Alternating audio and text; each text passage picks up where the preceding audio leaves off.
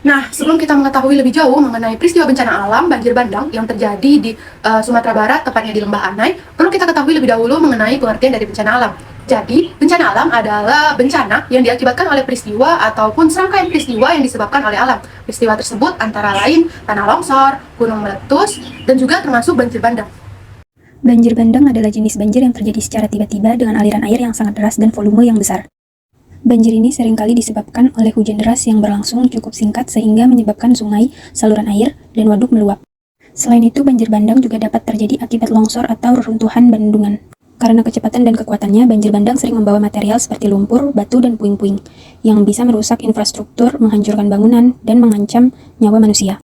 Kota Padang merupakan ibu kota provinsi dari Provinsi Sumatera Barat. Nah, kota ini merupakan pusat dari kegiatan budaya, ekonomi, serta pendidikan di provinsi tersebut. Nah, kemarin ada cerita nih, terjadi banjir bandang di Lembah Anai atau di Padang Panjang. Apa sih penyebab utama dari banjir bandang tersebut? Penyebab utamanya yang pertama adalah curah hujan yang tinggi. Yang kedua ialah topografi serta geografi lahan dari Lembah Anai itu sendiri. Dan yang ketiga ialah kurang optimalnya sistem drainasi atau drainase di kota Padang ataupun Lembah Anai. Sabtu 11 Mei 2024 pukul 9 malam telah terjadi banjir bandang di Lembah Anai, Padang, Sumatera Barat. Banjir bandang yang melanda sungai Lembah Anai berasal dari Gunung Merapi dan Gunung Singgalang, yang mana pada aliran Gunung Merapi membawa lahar dingin, sedangkan pada Gunung Singgalang membawa material seperti tanah, batu, dan lain sebagainya yang pada akhirnya menghantam aliran sungai Lembah Anai. Kemudian terdapat dampak yang ditimbulkan dari adanya banjir bandang di Lembah Anai ini. Menurut Balai Pelaksana Jalan Nasional Sumatera Barat, mencatat terdapat 18 titik jalan rusak di kawasan Lembah Anai. Dua di antara jalan tersebut kondisinya putus total.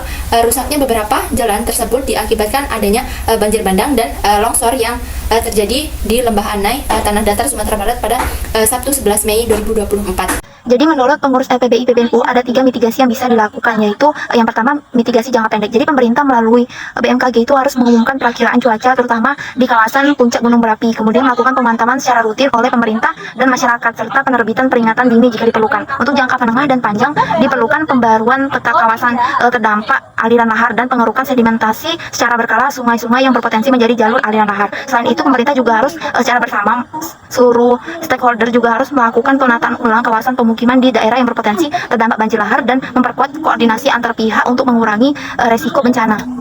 Di sini, bantuan yang diberikan kepada bencana banjir di Padang dari beberapa bantuan menyalurkan bantuan logistik bagi korban bencana banjir berupa makanan siap saji, kasur, family kit, makanan anak paut siap saji, tenda gulung, tenda serbaguna, tenda keluarga dan produk perikanan yang disiapkan berupa kaleng sarden, tuna kaleng, serta ratusan bungkus bakso ikan dan otak-otak. Selain itu, ada bantuan dari Bapak Prabowo memberikan bantuan untuk korban bencana banjir berupa 2 ton beras, 1000 paket obat-obatan, 600 pasang sepatu boot, 3000 buah selimut, 3000 paket alat mandi, dan 10.000 dus mie instan. Dan pemerintah dan penanganan terus berupaya melakukan pencarian dan pengajuan dan upaya longsor, kemudian akses dalam menangkap peraturan, pembersihan dari longsor, evakuasi korban, dan koordinasi dengan pemerintah. Ada juga kemudian bantuan dan bantuan menggunakan jalur udara maupun darat yang juga jadi berperan. Sesuai dengan koordinasi pula, BNPB juga menyalurkan bantuan awal dan operasional untuk mendirikan dengan jumlah total 2,2 dari sedangkan bantuan logis berupa mereka finansial dan keluarga sembako makanan siap saji, termal, bantuan dan melakukan pembersihan. Masyarakat berperan penting dalam upaya mitigasi dan tanggap terhadap bencana banjir bandang. Nah, masyarakat dapat berpartisipasi dalam upaya mitigasi melalui beberapa peran, yaitu mengikuti program edukasi terkait bencana alam, yang kedua menyebarluaskan informasi, yang ketiga menjaga kebersihan saluran air dan sungai, yang keempat melakukan reboisasi hutan, dan yang terakhir yaitu mengikuti pelatihan dan simulasi untuk meningkatkan kesiapsiagaan ketika terjadi bencana alam.